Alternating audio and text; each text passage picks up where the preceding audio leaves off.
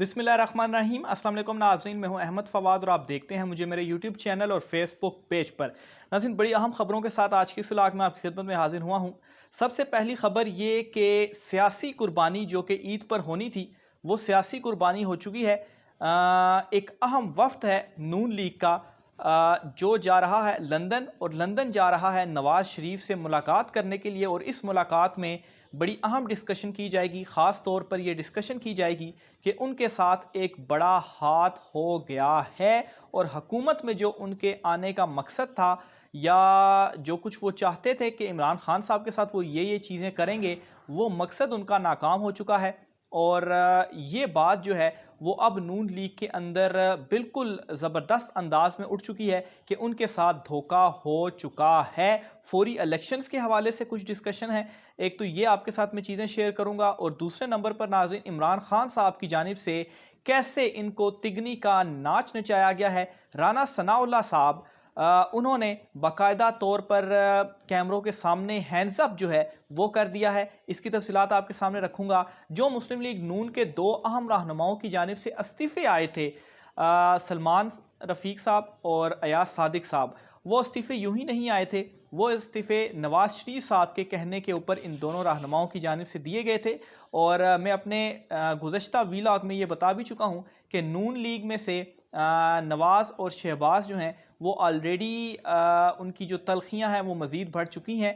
और शहबाज शरीफ ज़ाहिर सी बात है नहीं चाहते थे, लेकिन नवाज़ शरीफ के हुक्म के ऊपर ये जो दोनों इस्तीफ़े हैं वो आए हैं। इसकी तफसीलात अंदरूनी कहानी भी आज की इस व्लॉग में आपके सामने रखूँगा।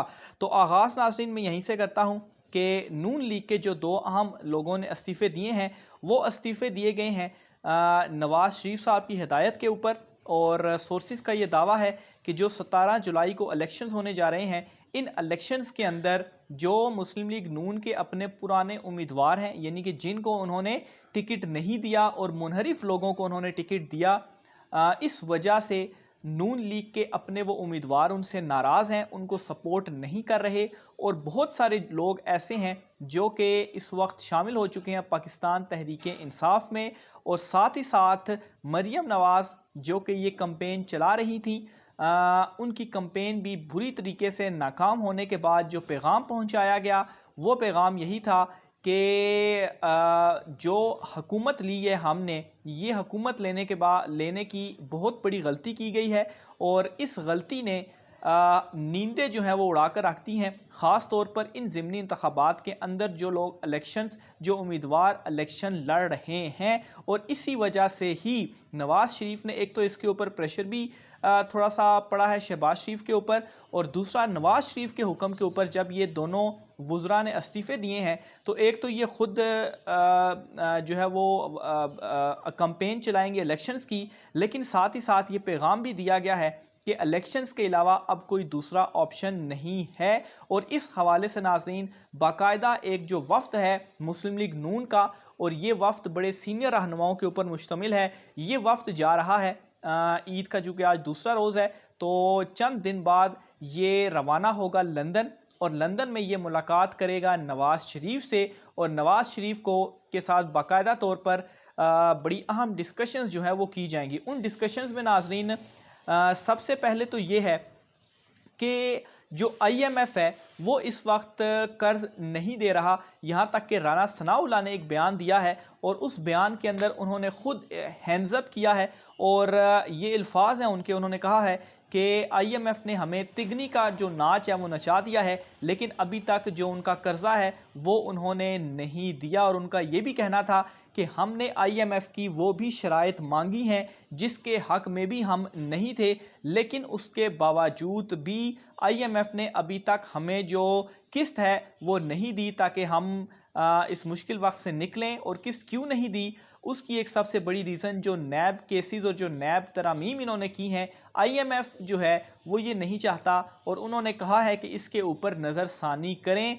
और आप देखेंगे बल्कि ये इस वक्त डिस्कशन भी की जा रही है, और नवाज़ शरीफ के पास भी जो वफ़द जाएगा वो यही बातें वहाँ पर जाकर करेगा कि IMF भी कर्ज अभी तक हमें नहीं दे रहा, अगर उसने दिया भी तो बहुत ही कहीं लेट जाकर देगा, और बहुत सारी चीज़ें भी हमें करना पड़ेंगी। इसलिए फ़ौरी तौर पर कोई ना कोई अवाम को ऐसा रिलीफ दे दिया जाए जिसकी वजह से ये जो महंगाई का बयानिया हमारे ख़िलाफ़ मुसलसल बढ़ता जा रहा है, इसको काउंटर करने के लिए वो रिलीफ दिया जाए और फौरी तौर पर इलेक्शन में जाया जाए, इलेक्शंस को जो है वो अनाउंस किया जाए। हालांकि दोनों सूरतों के अंदर जो विन विन सिचुएशन है वो इमरान खान साहब की है। वो किस तरह से, अगर ये इलेक्शन में नहीं जाते फौरी तौर पर, तो नतीजा इसका क्या है, ऑलरेडी महंगाई बढ़ चुकी है और इसके बाद मज़ीद जो महंगाई का एक लहर है, एक तूफ़ान है, वो आने वाला है।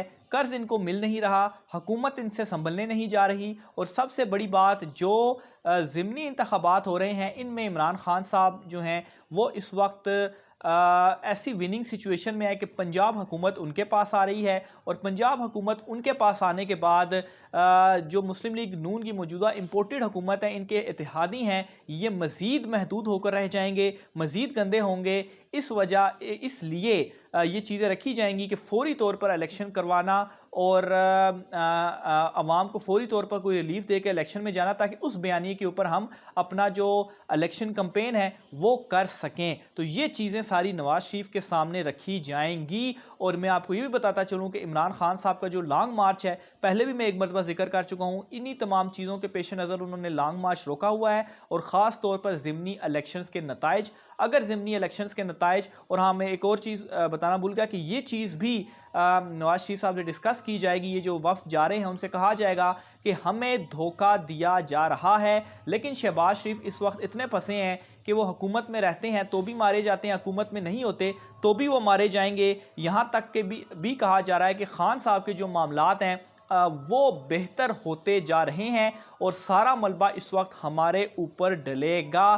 तो ये इस वक्त जो सिचुएशन है मौजूदा हलकों के अंदर वो बनी हुई है। यहाँ तक कि जो उनके अपने लोग हैं मुस्लिम लीग नून के, जो दूसरे ग्रुप से ताल्लुक़ रखते हैं, वहाँ पर भी इस वक्त यही डिस्कशन ज़ोर पकड़ती जा रही है। ईद के चौथे दिन नाज़रीन वहाँ पर भी एक बड़ी अहम जो मीटिंग है वो बुलाई गई है और उस मीटिंग के अंदर बाकायदा तौर पर जो कुछ चीज़ें हैं डिस्कस की जाएंगी, ख़ास तौर पर ज़िमनी इंतख़ाबात के हवाले से कि ये जो ज़िमनी इंतख़ाबात हैं, जो रिपोर्ट्स आ रही हैं, जो इस वक्त मामलात चल रहे हैं, इन ज़िमनी इंतख़ाबात के अंदर हम हारने की सिचुएशन, बल्कि मुकम्मल तौर पर हम हार चुके हैं।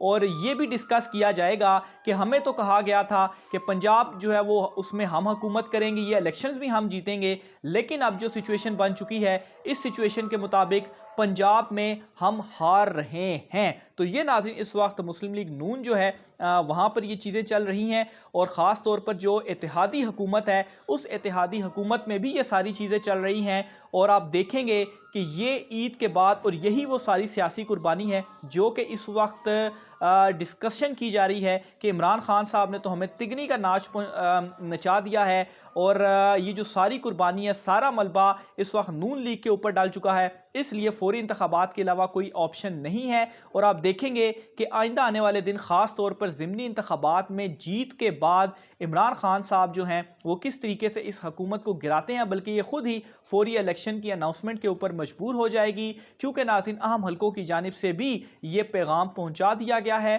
कि कोई जो मुदाखलत है वो नहीं की जाएगी और जो भी नताइज होंगे, इमरान खान साहब अगर इनको जीतते हैं तो इन तमाम तर चीज़ों को एक्सेप्ट किया जाएगा। और ये सबसे बड़ी डिसअपॉइंटमेंट थी मौजूदा इत्तेहादी हुकूमत के लिए कि ये अचानक से क्या हो गया, और इन्हीं तरह की चीज़ों को बेस बनाते हुए ये कह रहे हैं कि हमारे साथ जो है वो शायद धोखा हो रहा है। मज़ीद तफ़सीलात भी आपके साथ शेयर करता रहूँगा। आज की व्लॉग से इतना ही, मुझे इजाज़त दीजिएगा। अल्लाह हाफ़िज़।